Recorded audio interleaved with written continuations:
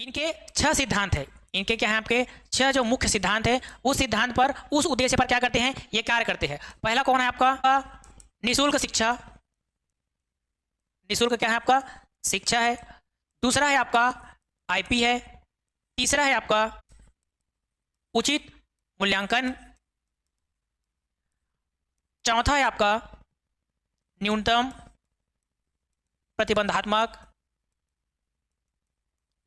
प्रतिबंधात्मक वातावरण, या जिसको बोलते हैं LRA।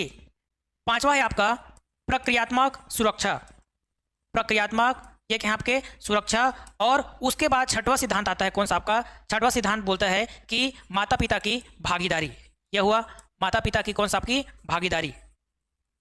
ठीक, ये क्या है, आपके 6 प्रकार के सिद्धांत है। 6 प्रकार के सिद्धांतों के आधार पर आपका जो आइडिया है वह निःशुल्क अधिकार है, निःशुल्क शिक्षा का अधिकार क्या करता है, आपका प्रदान करता है। और 6 सिद्धांत के द्वारा यह अपना उद्देश्य की पूर्ति करते हैं। जैसे कि निःशुल्क शिक्षा क्या करते हैं, आपको प्रदान करते हैं किनको, दिव्यांगजनों को। और उनके प्रगति के लिए क्या करते हैं, आपका जो आईपी का जो प्लान है, आईपी प्लान व्यक्तिगत एजुकेशनल जो प्रोग्राम है, वह प्रोग्राम क्या करते हैं, उनके लिए निर्धारित करते हैं। और उसके निर्धारण के बाद क्या करते हैं, उनका जो विकास है, उनका जो व्यक्तिगत विकास है, उन पर जोर देते हैं, ताकि वह पूर्ण रूप से शिक्षक का अधिकार प्राप्त कर सके और अपना जो आर्थिक सुधार है, सामाजिक सुधार है, वो उस पर कार्य कर सके। उसके बाद कौन सा आपका उचित मूल्यांकन। समय समय पर क्या होता है, उनका उचित मूल्यांकन किया जाता है, और उन्हीं उचित मूल्यांकन के आधार पर उनके जो कार्य हैं, उनके जो प्रोग्रेस हैं, उन प्रोग्रेस को देखा जाता है। और कौन है आपका न्यूनतम प्रतिबंधात्मक वातावरण, यानी कि उनको ऐसा वातावरण प्रदान किया जाता है जिसमें क्या हो, न्यूनतम प्रतिबंधात्मक हो। यानी कि हम क्या करेंगे, उसको अधिक प्रतिबंधात्मक जगह पे रखेंगे या ऐसे वातावरण में रखेंगे तो क्या हो जाएगा, उनमें एक चिड़चिड़ापन आ जाएगा, उनका जो स्वभाव में क्या हो जाएगा, परिवर्तन हो जाएगा। तो वो कौन सा आपका चौथा न्यूनतम प्रतिबंधात्मक वातावरण। उसके बाद कौन सा आपका पांचवा प्रक्रियात्मक सुरक्षा, यानी कि इस प्रक्रिया के तहत क्या कर सकते हैं, उसको एक सुरक्षा प्रदान कर सकते हैं,